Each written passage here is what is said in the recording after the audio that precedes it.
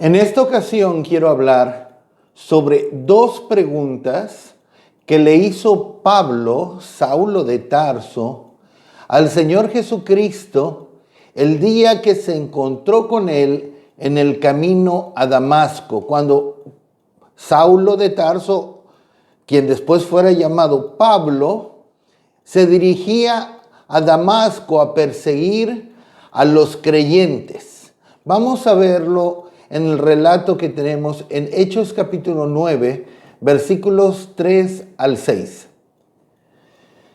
Mas yendo por el camino, aconteció que al llegar cerca de Damasco, repentinamente le rodeó un resplandor de luz del cielo, y cayendo en tierra oyó una voz que le decía: Saulo, Saulo, ¿por qué me persigues?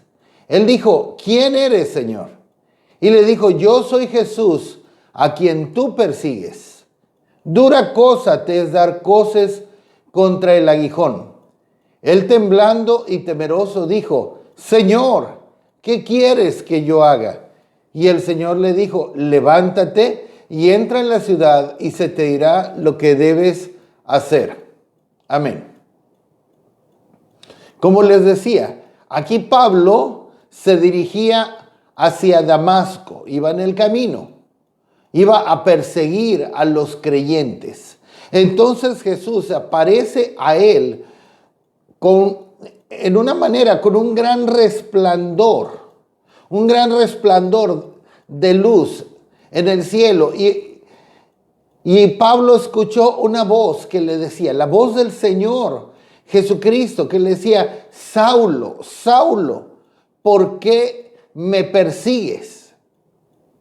Interesante, Pablo estaba persiguiendo a los creyentes, pero Jesús le dice: ¿por qué me persigues a mí? ¿Por qué me persigues a mí?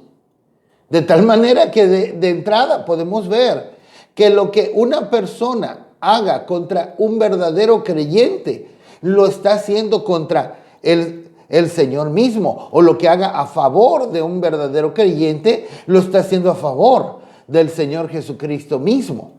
Pero bueno, entonces Pablo contesta esa voz, y podemos ver en este relato dos preguntas que hizo Pablo, dos preguntas que son claves, que son importantísimas para todo creyente. Quizá en ese momento Pablo no entendía la profundidad de lo que él estaba preguntando, o todas las implicaciones de lo que él estaba preguntando, el alcance de las dos preguntas que él le hizo al Señor. Pero estas dos preguntas vienen a mostrarnos, a revelarnos lo que representa básicamente toda la vida cristiana. Toda la caminata cristiana. ¿Y cuáles fueron estas dos preguntas? Primero, Pablo le preguntó: ¿quién eres, Señor? ¿Quién eres? Es la primera pregunta. ¿Quién eres, Señor? Jesús le respondió: yo soy Jesús, a quien tú persigues. Dura cosa te es dar coces o patadas contra el aguijón. Entonces Pablo hace la segunda pregunta: ¿qué quieres que yo haga? Repito, estas dos preguntas son la esencia de la vida cristiana. Y sobre estas dos preguntas voy a hablar en este mensaje. Primeramente, ¿quién eres, Señor? La primera pregunta: ¿quién eres, Señor? Esto implica nuestra relación con Dios. Ser cristianos no es meramente ser seguidores de una religión, no es una religión. Ser cristiano no es seguir una religión. Ser cristiano representa una relación con Dios. ¿Quién eres, Señor? Nos habla sobre conocer al Señor.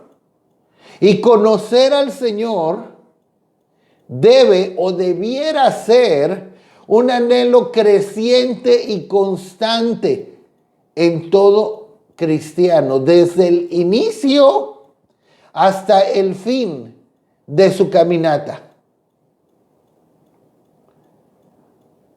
Ahora quiero leerles lo que Pablo escribe muchos años después. De hecho, 28 años después de su encuentro con Jesús en el camino a Damasco, y se lo escribe a los filipenses. Sin embargo, esta palabra, como palabra de Dios que es útil para todos nosotros, es para nosotros también. En Filipenses capítulo 3, versículos 7 al 10, tenemos las siguientes palabras. Pero cuantas cosas eran para mi ganancia, las he estimado como pérdida por amor de Cristo.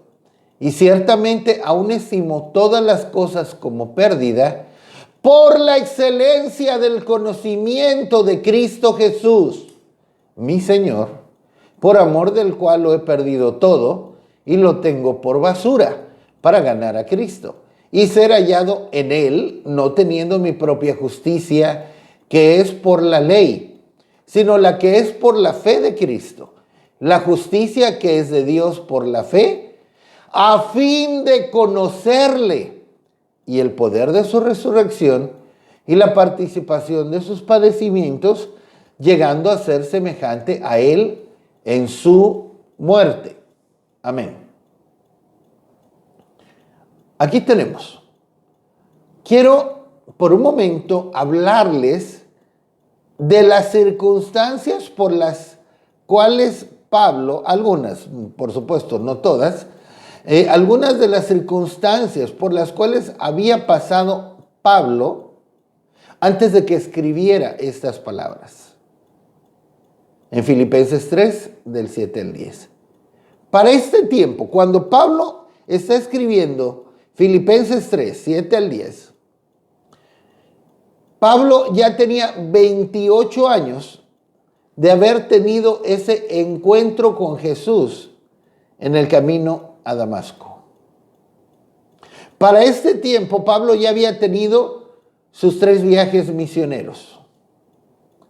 Ya había visto al Señor en repetidas ocasiones, en varias ocasiones. Es más, ya había sido llevado al tercer cielo, como nos habla en 2 Corintios 12, versos 2 al 7. Miren, Pablo menciona ahí que él conocía a un hombre que deja claro que él mismo era. Y dice, si en el cuerpo no lo sé, si fuera del cuerpo no lo sé. El caso es que el Señor lo tomó y se lo llevó al cielo. Se lo llevó al cielo, estuvo en el cielo. Y dice Pablo que él recibió palabras que no le es permitido al hombre expresar, revelación que no le era permitido hablar. Vio al Señor Jesucristo, vio ángeles, estuvo en el cielo. Estuvo en el cielo. Aquí estaba para ese tiempo a 6 años de ser muerto en Roma. ¿Y qué dice Pablo? Pablo está diciendo que todas las cosas que para él eran ganancia, las había estimado como pérdida, como basura, por amor de Cristo, pero con un propósito, por la excelencia del conocimiento de Cristo Jesús, por conocer a Cristo Jesús de una manera más excelente. Y sigue enfatizando. Y por amor de Cristo lo he perdido todo y lo tengo por basura para ganar a Cristo. Y no quiero tener mi propia justicia, sino la justicia que es de Cristo en mí, por la fe. Y luego dice, y confirma y remarca, todo esto es con un propósito final, a fin de conocerle, a fin de conocerle. Oh, eso es impresionante. Pero Pablo, tenías 28 años de haberte encontrado con Jesús en el camino a Damasco. Has dado testimonio que has visto a Jesús muchas veces. Y no solo eso, sino que fuiste llevado al cielo y recibiste revelaciones tremendas que no te son permitidas hablar. Y dices que quieres conocer al Señor.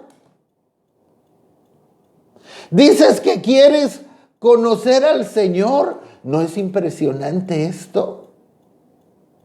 Que de plano Pablo no conocía al Señor. Después de todo lo que había pasado, después de todo lo que había vivido, dice, yo lo que quiero es la excelencia del conocimiento de Cristo Jesús, y todo lo hago con el fin de conocerle. Creo que hay algo muy importante que debemos entender aquí los que nos llamamos cristianos. Para muchos cristianos, conocer al Señor es haber recibido a Cristo en su corazón hace 5, 10, 15, 20 años. Asistir a la iglesia los domingos si no tienen otra cosa que hacer, si no juegan la América o el Cruz Azul o quien sea. Y ya con eso dicen que ya conocieron al Señor. Y Pablo, después de todo lo que había vivido, dice, yo quiero conocer al Señor. Quiero conocer más al Señor. Esa primera pregunta que Pablo le hizo a Jesús en el camino a Damasco, la seguía teniendo después de 28 años. ¿Quién eres, Señor? Te quiero conocer más. Te he conocido en ciertas medidas, pero quiero conocerte más. Oh, que los cristianos, que los creyentes podamos elevar nuestra visión y podamos desear con todo nuestro corazón, como Pablo, ardientemente y fervientemente, conocer más al Señor. Y es lo que dice Oseas, en Oseas capítulo 6, verso número 3. Y conoceremos y proseguiremos en conocer a Jehová, como el alba está dispuesta a su salida, y vendrá a nosotros como la lluvia tardía y temprana a la tierra. Amén.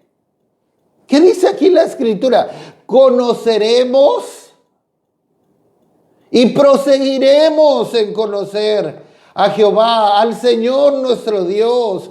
¿Qué nos muestra esto? Nunca terminamos de conocer al Señor. El Señor es tan grande, tan maravilloso, tan infinito, tan glorioso, que si lo hemos conocido en cierta medida, podemos conocerle aún más, podemos conocerle de nuevas maneras, podemos conocerle de maneras más profundas. Aún si lo hemos conocido en algún área, podemos conocerlo de maneras más profundas. ¿A qué me refiero? Es como conocer al Señor en cada uno de sus nombres. Hay quienes solamente conocen al Señor como su Salvador. Y es maravilloso conocer a nuestro Dios como nuestro Salvador, como aquel que perdona nuestros pecados, como aquel que nos da una herencia eterna en los cielos. Es maravilloso, es grandioso conocerlo como nuestro Salvador, pero Él se quiere revelar a nosotros de maneras nuevas y más profundas, que nosotros lo conozcamos y sigamos avanzando en nuestro conocer al Señor, que lo conozcamos más. Como les decía, como conocer al Señor en sus nombres, los nombres de Dios revelados en la Escritura. Conocer al Señor como nuestra justicia. Jehová Sidkenu. En Jeremías 23:6 lo encontramos. Conocer al Señor como nuestro santificador, como Jehová Makadesh. En Éxodo 31:13 lo encontramos. Conocer al Señor como nuestro protector, nuestro escudo, Jehová Megina. En Génesis 15:1. Conocer a nuestro Señor, al Señor como el Señor de los ejércitos, como aquel que pelea por nosotros, Jehová Tsabaot. En 1 Samuel 17:45 lo tenemos revelado así. Conocer al Señor como nuestra esperanza, como Jehová Macse. En Salmo 73:28. Conocer al Señor como nuestro sanador, Jehová Rafa. En Éxodo 15 del 25 al 26. Conocer al Señor como nuestro proveedor, como Jehová Jireh. En Génesis 22, verso 14. Conocer al Señor como nuestro pastor, como Jehová Roi. En el Salmo 23:1 lo tenemos revelado así. Conocer al Señor como nuestro estandarte, como Jehová Nisi. En Éxodo 17, versos 15 al 16. Conocer al Señor como nuestro retribuidor, Jehová Molá. En Jeremías 51:56. Conocer al Señor como el Señor nuestra paz, Jehová Shalom. En Jueces 6:24. Conocer al Señor como el que bautiza en el Espíritu Santo y fuego, como es revelado en Lucas 3:16. Conocer al Señor como el varón de dolores en Isaías 53:3. Y muchas más maneras.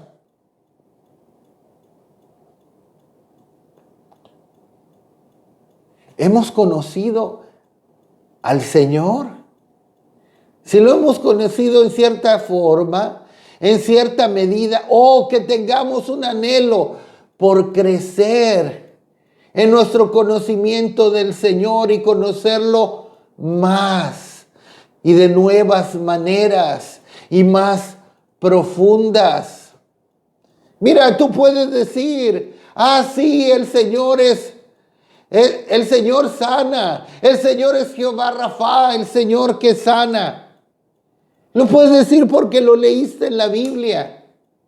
Pero Dios quiere que lo conozcas experimentalmente. Y que no digas, sí, yo sé que Dios sana, porque está en la Biblia. Él quiere que lo experimentes. No solamente que digas Jehová sana porque está en la Biblia, o porque un hermano o una hermana me contó que Dios la sanó, o porque yo vi a Dios sanar a una persona en una reunión cuando oraron por ella. No, Él quiere que tú lo conozcas como tu sanador de una manera experimental, de una manera personal, pero no solo como tu sanador, sino en cada una de estas áreas que he hablado y más que encontramos en las Escrituras. Pero por un momento pensemos, ¿cómo conoceremos al Señor como nuestro sanador si no pasamos por enfermedad? ¿Cómo conoceremos al Señor como nuestro proveedor si no pasamos por necesidad? ¿Cómo conoceremos al Señor como nuestra paz si no pasamos por problemas y momentos de turbación, momentos turbulentos, complicados, difíciles? Pero ciertamente yo te digo en el nombre del Señor Jesucristo, es en los momentos difíciles, es en los momentos de pruebas, es en los momentos de dificultades, cuando podemos conocer al Señor de maneras nuevas y más profundas. Es en momentos cuando nos sentimos humanamente sin salida. Cuando nos sentimos humanamente que no tenemos a dónde correr ni a quién correr, donde sentimos que no hay salida para nosotros. No hay esperanza humanamente y solamente un milagro, solamente la intervención directa de Dios nos puede librar. Ahí es una buena oportunidad de conocer a Dios de una manera nueva y fresca. Y sabes, es maravilloso conocer al Señor de esta manera o de nuevas maneras. Es emocionante.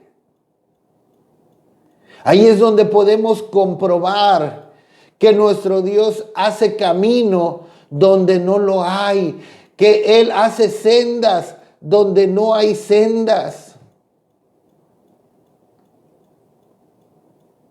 Miren, hace poco yo recibí en mi celular un meme donde se veían unos números. Se veían unos números. Se veía el número 13. Y decía, nadie me quiere. Luego se veía el 6, 6, 6. Y decía abajo, todos me tienen miedo. Todos me tienen miedo. Pero después se veía otro número. Y se veía el número 2020. Y pone GGG, como diciendo el más temido de todos los números, 2020. Ustedes entenderán por qué. Muchas personas hablan de este año como un año muy difícil. Y miren, yo podría testificar que en este año nosotros, como familia, con mi familia y yo, hemos pasado pruebas tremendas en este año, que sobre todo el mayor peso de la prueba ha caído sobre mí. Pero yo no me quejo, no murmuro, no maldigo por esas pruebas. Sí han sido difíciles. Sí me han quitado el sueño por unos días. Sí me llegaron a tener un tanto ansioso y preocupado por unos días, pruebas difíciles. En 3 áreas muy difíciles. Y saben, aprendí una cosa.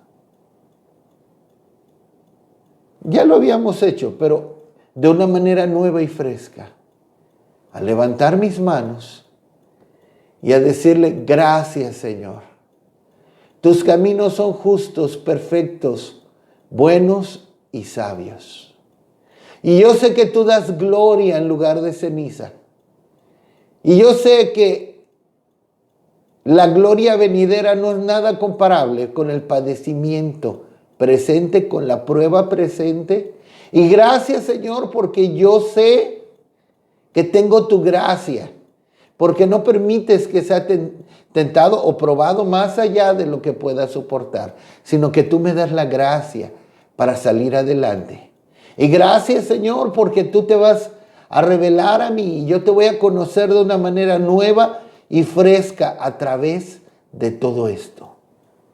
Y saben, amados, hemos conocido al Señor de maneras nuevas, frescas y más profundas en medio de esta prueba. Hemos visto en estos días, en estos últimos meses que me han venido estas pruebas, yo he visto y he comprobado al Señor como Jehová Sidkenu, el Dios de mi justicia, el Dios que me hace justicia, como Jehová Rafa, el Señor sanador, como Jehová Shalom, el Señor que da paz en medio del momento de turbación. Y ya lo habíamos experimentado de esa manera, pero lo hemos experimentado de maneras nuevas y frescas. Y yo doy gloria a Dios porque lo estamos experimentando. Y aún cuando pasemos por momentos incómodos, ha sido emocionante experimentar a Dios de maneras frescas, maravillosas. Ha sido maravilloso. Porque sabemos que tenemos un Dios en quien confiar, un Dios que responde, un Dios fiel, un Dios que tiene cuidado de nosotros. Gloria al nombre bendito del Señor. Y yo podría decir, después de esto, que siento mi fe aún más fuerte que al inicio de este año 2020, que hemos pasado por pruebas difíciles, por pruebas complicadas, pero hemos visto, hemos comprobado al Señor. Gloria a su bendito nombre. El fruto de conocer al Señor. En Daniel capítulo 11, versículo 32. Con lisonjas seducirá a los violadores del pacto, mas el pueblo que conoce a su Dios se esforzará y actuará. Amén. Aquí no se está hablando del anticristo. El anticristo va a seducir. Va a seducir a aquellos que violan su pacto, su compromiso con Dios. Eso es un hecho, es claro. Aún creyentes que no han permanecido fieles al Señor,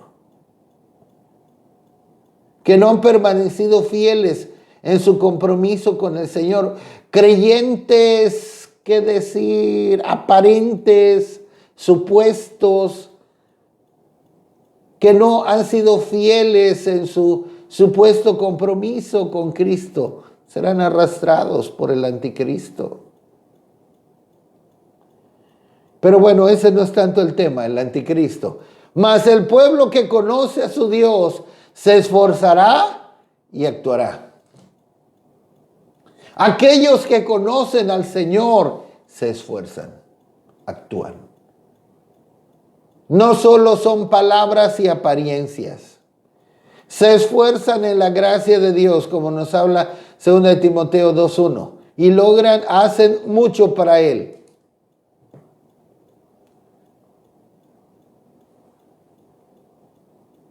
nuestro conocimiento real de Dios no va a ser más grande que nuestro esfuerzo en nuestra caminata por Dios. Si un creyente es poco esforzado o no es capaz de esforzarse en lo más mínimo en su caminata con el Señor, no está dispuesto a dar el más mínimo esfuerzo en su caminar con Dios, así de pobre es su conocimiento del Señor. Que no nos engañemos. Primera de Juan capítulo 2, verso 3. El segundo punto, segunda evidencia de nuestro conocimiento de Dios, o que nos muestra qué tanto conocemos al Señor. Primera de Juan 2, 3. Y en esto sabemos que nosotros le conocemos si guardamos sus mandamientos. Otro fruto de aquellos que conocen al Señor es que no ven los mandamientos de Dios como algo pesado, difícil, complicado, duro, tedioso. No. Aquel que conoce verdaderamente al Señor se deleita en guardar los mandamientos del Señor, en hacer la voluntad de Dios. Como habla el Salmo 48. El hacer tu voluntad, Dios mío, me ha agradado. Y tu ley está en medio de mi corazón. El Salmo 19 nos habla de lo maravillosos que son las leyes, los caminos, los preceptos, los mandamientos de Dios, que alegran el corazón, deseables más que el oro y más que mucho oro afinado. En el Salmo 19, 7 al 11, y termina diciendo, en guardarlos hay grande galardón. Igualmente, la medida de nuestra obediencia a Dios es la medida de nuestro conocimiento a Dios. Alguien que no es capaz de obedecer a Dios tampoco conoce a Dios. Es vivir un engaño. Obedecer a Dios, no a su manera, sino conforme Él nos habla en su palabra escrita en la Biblia. En 1 Juan 4:7, otra evidencia de aquellos que conocen al Señor. Amados, amémonos unos a otros, porque el amor es de Dios.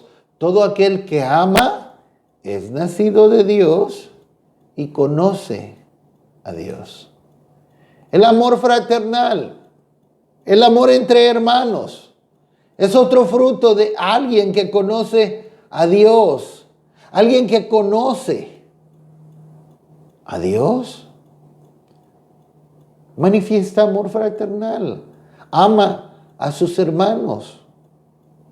Ama estar con sus hermanos.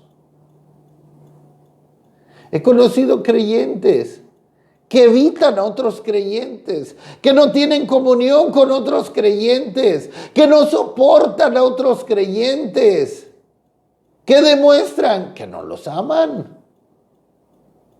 Y por tanto, no conocen a Dios. No conocen a Dios. La segunda pregunta de Pablo. ¿Qué quieres que yo haga?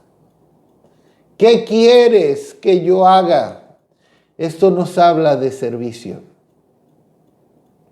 De aquello a lo cual Dios nos ha llamado.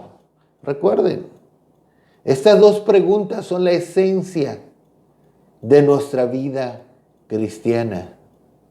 ¿Quién eres, Señor? Nos habla de conocer al Señor, lo cual debe ser un anhelo creciente, ardiente y constante en la vida del cristiano desde el principio hasta el fin. ¿Qué quieres que yo haga? La segunda pregunta nos habla de aquello a lo cual Dios nos ha llamado. Señor, ¿qué me has llamado a hacer? ¿Cuál es tu propósito para mi vida? Y claro, pues tenemos que preguntarle al Señor, escuchar de Él para saberlo. Estamos hablando de nuestro llamado personal. ¿Cuál es el propósito de Dios para nuestras vidas? En lo personal, en lo individual.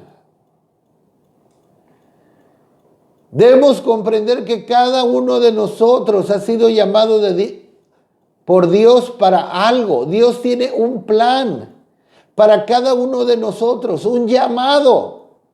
Y necesitamos preguntarle o descubrirlo.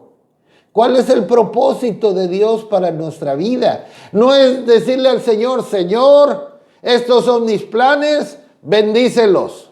No, es preguntarle al Señor, como Pablo lo hizo en un principio, Señor, ¿qué quieres que yo haga?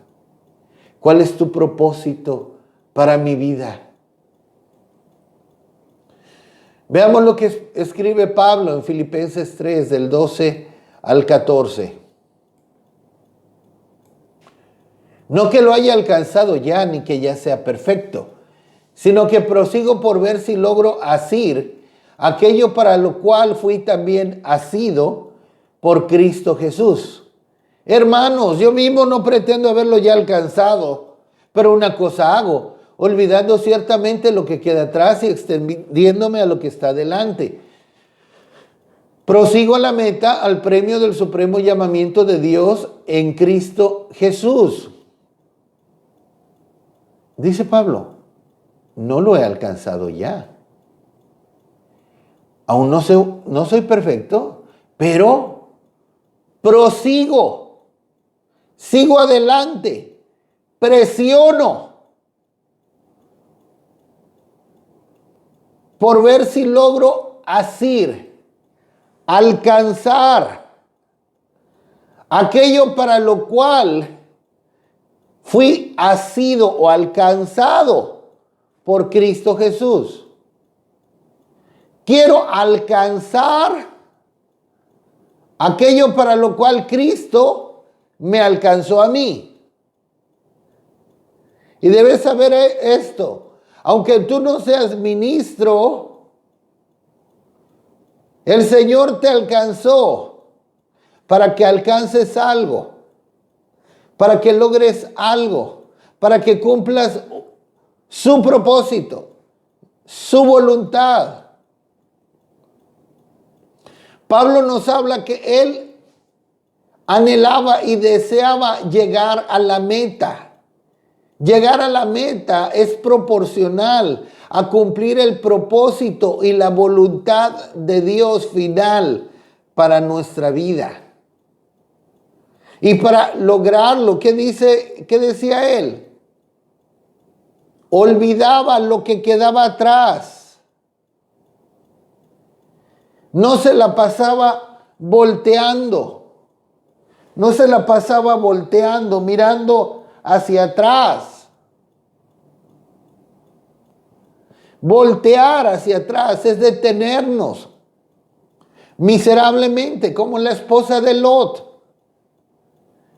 El Señor le dijo a Lot, los ángeles le dijeron a Lot, escapa por tu vida, corre, no mires atrás, no te detengas, escapa al monte, no sea que perezcas, no voltees atrás. De esto nos habla Génesis 19, 17 y 26. ¿Y qué sucedió? La esposa de Lot volteó hacia atrás y así se quedó,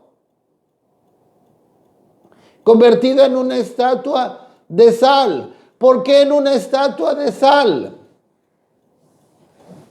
Bueno, la sal es un conservador natural. El conservador natural. Y se quedó como una estatua. Estática. Sin poderse mover, sin poder avanzar. Una persona, mientras mire hacia atrás, no va a avanzar. Se va a conservar en esa condición. No va a avanzar, no va a crecer, no se va a poder mover, no va a llegar a la meta. Esa persona, mientras esté mirando hacia atrás, no va a poder cumplir el propósito de Dios para su vida mientras esté mirando atrás. Yo como pastor, en los más de 25 años que tengo, pastoreando y sirviendo al Señor en diferentes áreas, he visto muchísimas personas que están mirando hacia atrás. Y en lo espiritual están como estatuas de sal. No crecen, no avanzan. Pasan años. Y es la misma letanía. Es que lo que me hicieron. Es que lo que me hicieron. Es que me dañaron tanto. Me hirieron tanto. Es que me hicieron tanto mal. Es que nunca lo voy a olvidar. Y pasan 5 años y es lo mismo. Y pasan otros 5 años y es lo mismo. Me ha tocado ver a personas así. Me ha tocado ver a personas así. Que dejo de ver por muchos años. Y después de muchos años, lo mismo. No van a llegar a la meta, no van a cumplir el propósito de Dios, porque viven atados a su pasado.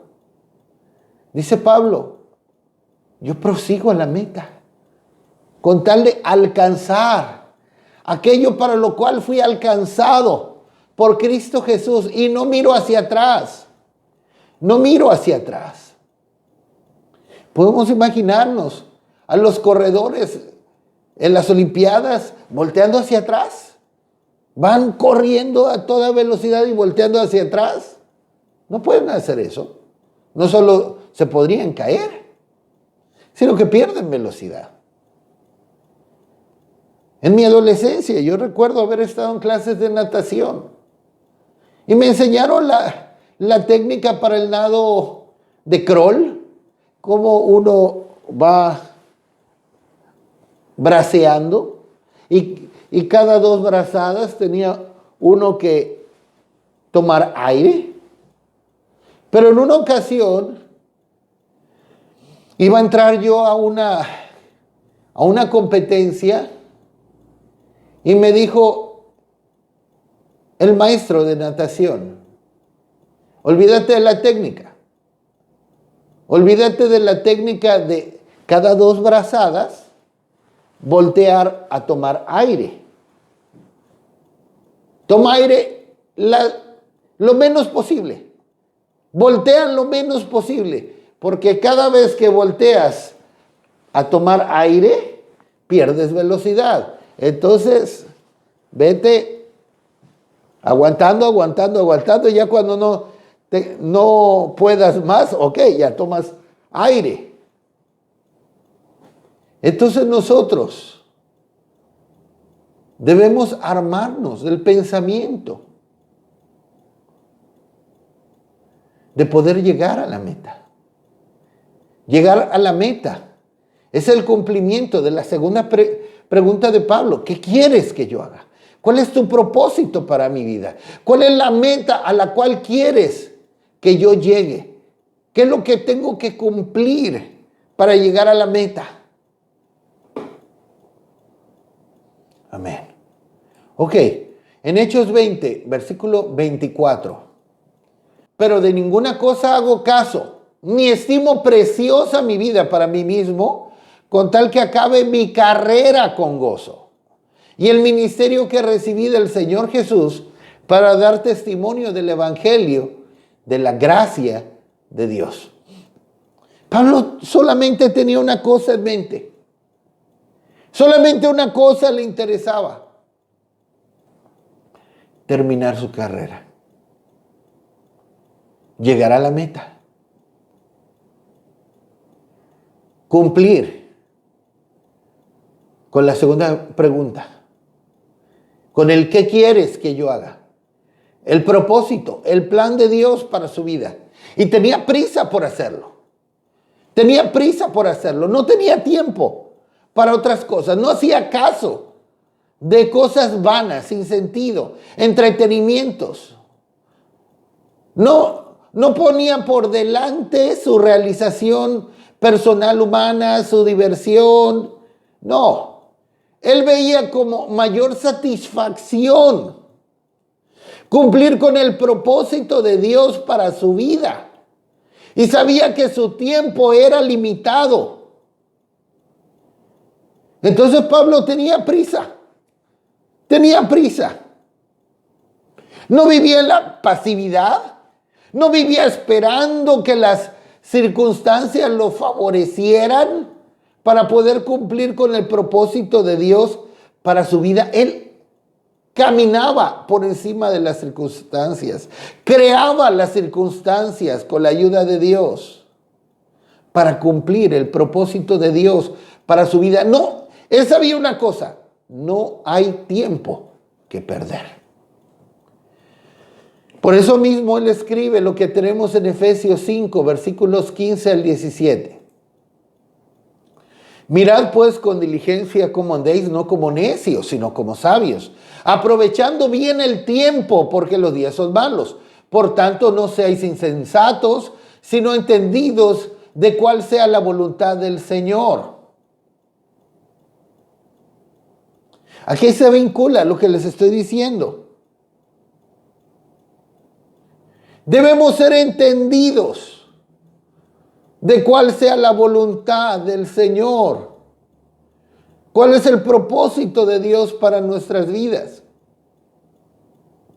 ¿Cuál es el plan de Dios para nuestras vidas? ¿Cuál es la carrera que tenemos que correr y la meta a la cual tenemos que llegar? Entendidos de cuál es la voluntad del Señor. Entendidos de ¿qué quiere, Señor, que yo haga? Y con ese entendimiento, que aprovechemos bien el tiempo, porque los días son malos. Que aprovechemos bien el tiempo, que no lo perdamos en vanidades ilusorias, como dice el profeta Jonás. Que no perdamos el tiempo en locuras, entretenimientos, tonterías. Colosenses 4:5 lo confirma. Andad sabiamente para con los de afuera, redimiendo el tiempo. Que andemos sabiamente para con los de afuera. Que los de afuera, que aquellos que no conocen de Dios, los de afuera, no nos arrastren en sus pérdidas de tiempo, en su correr en pos de cosas efímeras, pasajeras, sin sentido, vanas. Que redimamos el tiempo, que usemos nuestro tiempo de tal manera que cuente eternamente. Para cosas eternas. Y el resultado de Pablo, ¿cuál fue? Él llegó a la meta. En 2 Timoteo 4, versículos 7 al 8. He peleado la buena batalla, he acabado la carrera, he guardado la fe. Por lo demás me está guardada la corona de justicia, la cual me dará el Señor, juez justo, en aquel día, y no solo a mí, sino también a todos los que aman su venida. ¿Qué tenemos? Dice Pablo, he acabado la carrera. Terminé la carrera. Lo alcanzó. Lo completó. No se iba a conformar con menos. No se iba a conformar con menos. Lo completó todo. El propósito de Dios para su vida. Y en la Escritura encontramos otros más que pudieron decir lo mismo, que terminaron su carrera, que terminaron el propósito de Dios para su vida. Por supuesto, Jesús. En Juan 17, versículo 4. Yo te he glorificado en la tierra. He acabado la obra que me diste que hiciese. Amén. Jesús pudo decir, he acabado la obra que me diste que hiciese. He terminado con tu propósito, Padre, que tenías para mi vida aquí en la tierra. Y en Juan capítulo 19, versículo 30, tenemos el grito triunfal de Jesús. Terminé. Lo tenemos. Cuando Jesús hubo tomado el vinagre, dijo, consumado es. Y habiendo inclinado la cabeza, entregó el Espíritu. Ahí lo tenemos. Consumado es. Consumado es. Fue la penúltima frase de Jesús estando colgado en la cruz. Consumado es, terminé. Completé el propósito de mi Padre en la tierra. ¿Por qué digo que fueron las penúltimas palabras? Bueno, dice, y habiendo inclinado la cabeza, entregó el Espíritu. Entregó el Espíritu. Su última frase está en otro de los evangelios. Padre, en tus manos encomiendo mi espíritu. Bien, Josué fue otro, del cual se nos habla que él terminó la carrera. En Josué 14:8, y mis hermanos, los que habían subido conmigo, hicieron desfallecer el corazón del pueblo, pero yo cumplí, siguiendo a Jehová mi Dios. ¿Qué dice Josué? Yo cumplí. Cumplí, siguiendo al Señor mi Dios. Cumplí, completé el propósito de Dios para mi vida. Lo terminó.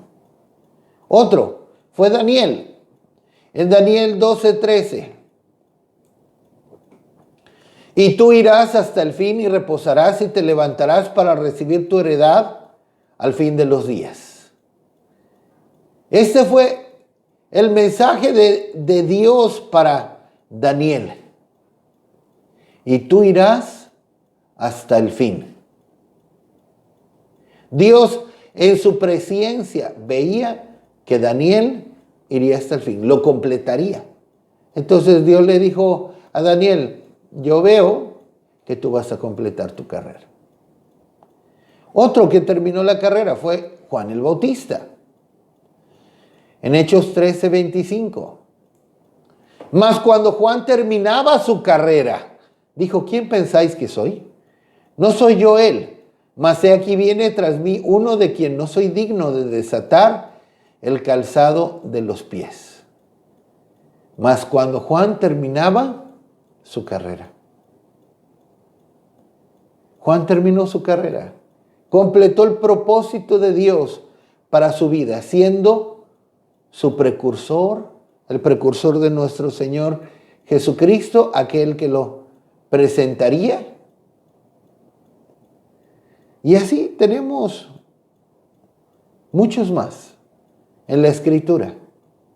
Muchos más que terminaron su carrera, terminaron el propósito de Dios para su vida. Así que, casi ya para terminar, 1 Corintios 9, 24 al 26. ¿No sabéis que los que corren en el estadio, todos a la verdad corren, pero uno solo se lleva el premio? Corred de tal manera que lo obtengáis. Todo aquel que lucha de todo se abstiene. Ellos a la verdad para recibir una corona corruptible, pero nosotros una incorruptible. Así que yo de esta manera corro, no como a la aventura. De esta manera peleo, no como quien golpea el aire. Nosotros, cada verdadero creyente, tiene un llamado especial de Dios para su vida, aun cuando no tenga un llamado a ser ministro. Pero Dios nos alcanzó con un propósito, con un plan. Y esa es la carrera que debemos correr. La meta, llegar a la meta es cumplir con todo el propósito de Dios para nuestra vida, el cual responde a la segunda pregunta de Pablo: ¿qué quieres que yo haga? Y aquí nos está hablando Pablo de la carrera. Que en una carrera, en lo natural, donde hay muchos corredores que corren en un estadio, todos corren, pero uno solo se lleva el premio. Uno solo se lleva la medalla de oro, o la copa, o uno solo es coronado. Pero dice Pablo: corred de tal manera que lo obtengáis.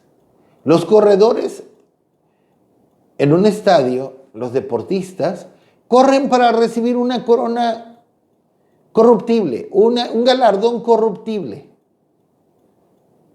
un galardón humano, que puede ser robado, que se puede corromper, aunque se podría oxidar o que se podría desgastar, lo que sea. Pero nosotros, una incorruptible. Y dice Pablo: corran la carrera. Para que, y todos pueden obtener ese galardón, pueden ser coronados. Como leímos en 2 Timoteo 4:7, cuando dice Pablo: he corrido la carrera, llegué a la meta y me está reservada la corona de justicia que dará el Señor juez justo. ¿Qué está diciendo Pablo? Cada uno de nosotros tenemos una carrera que correr, una meta a la cual llegar, el propósito de Dios para nuestra vida. No estamos compitiendo unos con otros. Es algo que debemos comprender muy bien. Los creyentes no estamos compitiendo con otros creyentes. Por favor. Los pastores no estamos compitiendo con otros pastores. Si un pastor está compitiendo con otro pastor, está muy mal. Debiera examinar muy bien su motivación de servir al Señor. No estamos para competir unos con otros. Estamos para cumplir el propósito de Dios para nuestra vida, el cual es personal. Y vamos a ser coronados si completamos el propósito de Dios para nuestra vida. No si le ganamos a uno o si le ganamos a otro. No tenemos que ganarle a nadie. Aquí no es una carrera donde estemos compitiendo unos con otros. Es una carrera donde cada quien corre su propia carrera. Cada quien tiene su propia, voy a decirlo así, pista individual. Porque es una carrera especial para cada quien, el propósito de Dios personal para nuestras vidas, y debemos cumplirlo. Y vamos a ser coronados o recompensados si llegamos a la meta. Y dice Pablo: yo de esta manera corro, no como a la aventura. Correr a la aventura es correr sin rumbo fijo, para allá, luego para allá, luego para atrás, luego para adelante, como alguien que corre sin rumbo fijo. No. no correr como a la aventura, tenemos que hacer la segunda pregunta de Pablo. ¿Qué quieres que yo haga? Para que tengamos bien en claro cuál es nuestra pista por la cual debemos correr. ¿Cuál es el propósito de Dios para nuestras vidas? Para que no nos salgamos de ese propósito de Dios y cumplamos ese propósito de Dios para nuestra vida.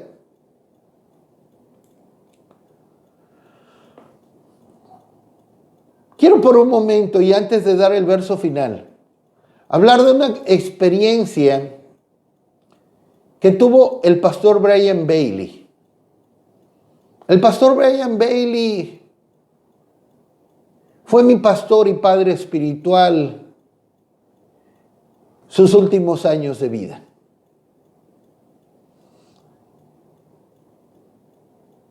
Él nos contaba de una experiencia que él tuvo.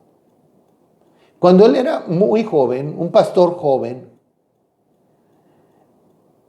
él estaba padeciendo dificultades, ciertas persecuciones, críticas, dificultades en el ministerio. Era mucha la presión que él tenía. Llegó a ser tanta la presión que él le dijo al Señor: Señor, ya basta. Ya llévame al cielo, ya no aguanto más.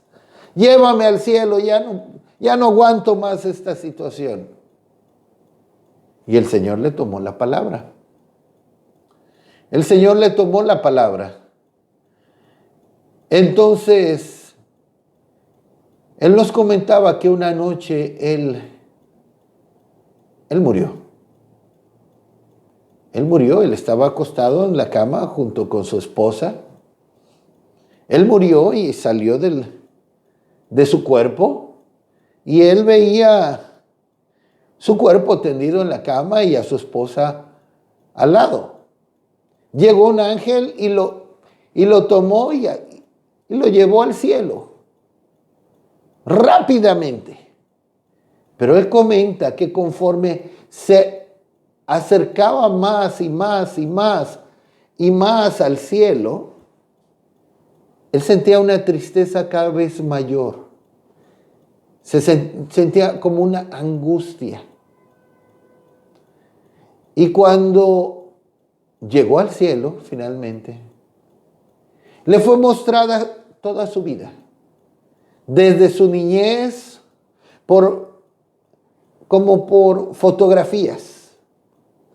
Desde su niñez había como páginas, si lo puedo llamar así, en blanco, que él pudo entender que eran aquellas ocasiones en que él había fallado al Señor o había pecado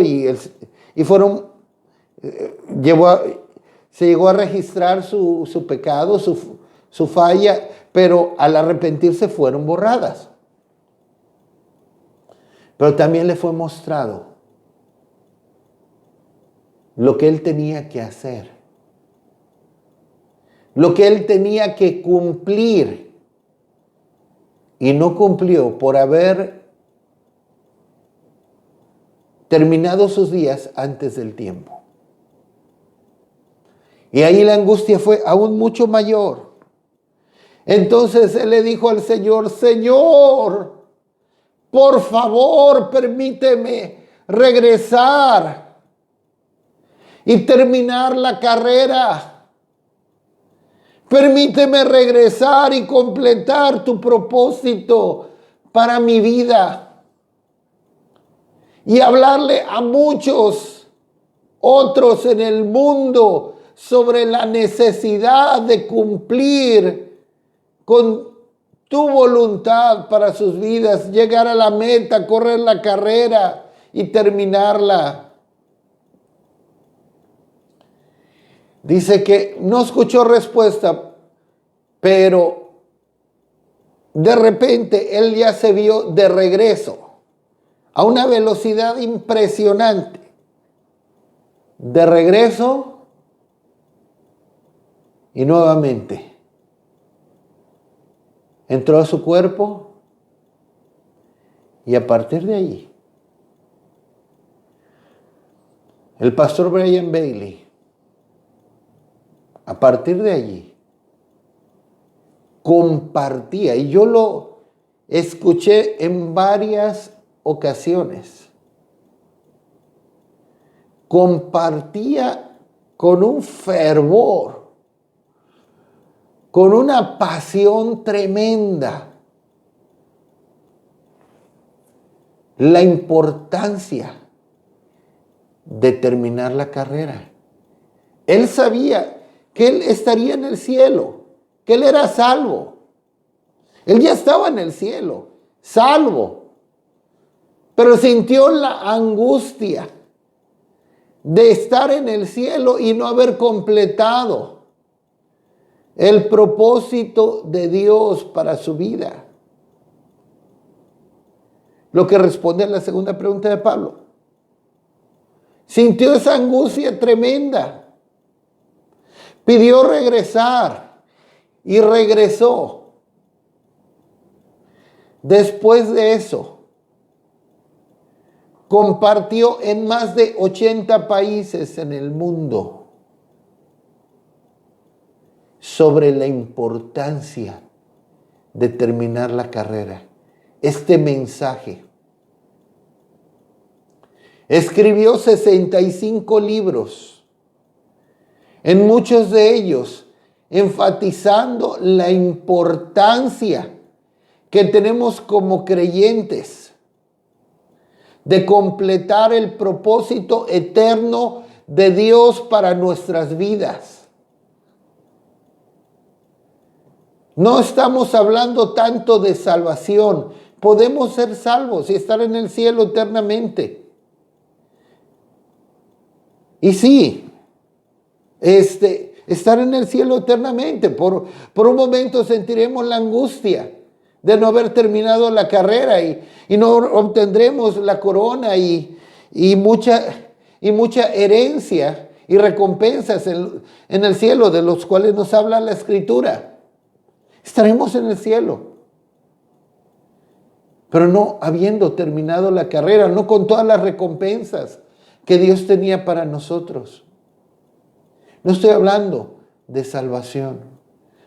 Estamos hablando de la importancia de completar el propósito de Dios para nuestras vidas y obtener los galardones eternos que Dios tiene reservados para aquellos que completan su voluntad. Así que terminemos con Hebreos 12:1. Por tanto, nosotros también, teniendo en derredor nuestro tan grande nube de testigos, despojémonos de todo peso y del pecado que nos asedia, y corramos con paciencia la carrera que tenemos por delante. Aleluya. Amén. Corramos con paciencia. Despojémonos de todo peso, del pecado que nos asedia. Nos tendremos que despojar de aquello que nos estorba, con tal de obtener algo mucho mejor. Si Dios pone su dedo en algo de lo cual nos debiéramos despojar, entendamos que es porque Dios tiene algo mucho mejor para nosotros y eterno. Despojémonos de todo peso. Hay cosas que no nos son pecado necesariamente, pero que no son un peso, que no nos dejan correr con libertad la carrera y cumplir el propósito de Dios para nuestras vidas. Hay cosas que hacen pesada nuestra caminata, nuestra carrera, que no nos dejan avanzar con la misma ligereza, con la misma velocidad en el camino del Señor. Hay que despojarnos de pesos que no son necesariamente pecados y de pecados, por supuesto, para correr con paciencia. Ahí la palabra para paciencia es, en el griego, en el original es hupomoné, Y esa palabra significa resistencia o aguante alegre, constancia o perseverancia. Que corramos con perseverancia, con constancia, con aguante, con alegría. La carrera que tenemos por delante, que no nos detengamos hasta completar todo el propósito de Dios para nuestras vidas. Así que 2 preguntas. ¿Quién eres, Señor? Quiero conocerte más.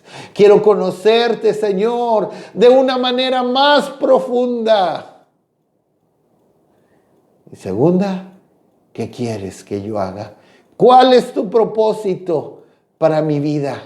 ¿Qué es lo que debo cumplir? ¿Cuál es la carrera que debo correr? ¿Cuál es la meta a la cual debo llegar? Que esas 2 sean nuestras preguntas constantes al Señor.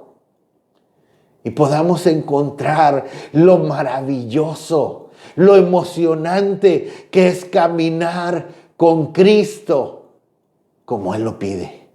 Amén.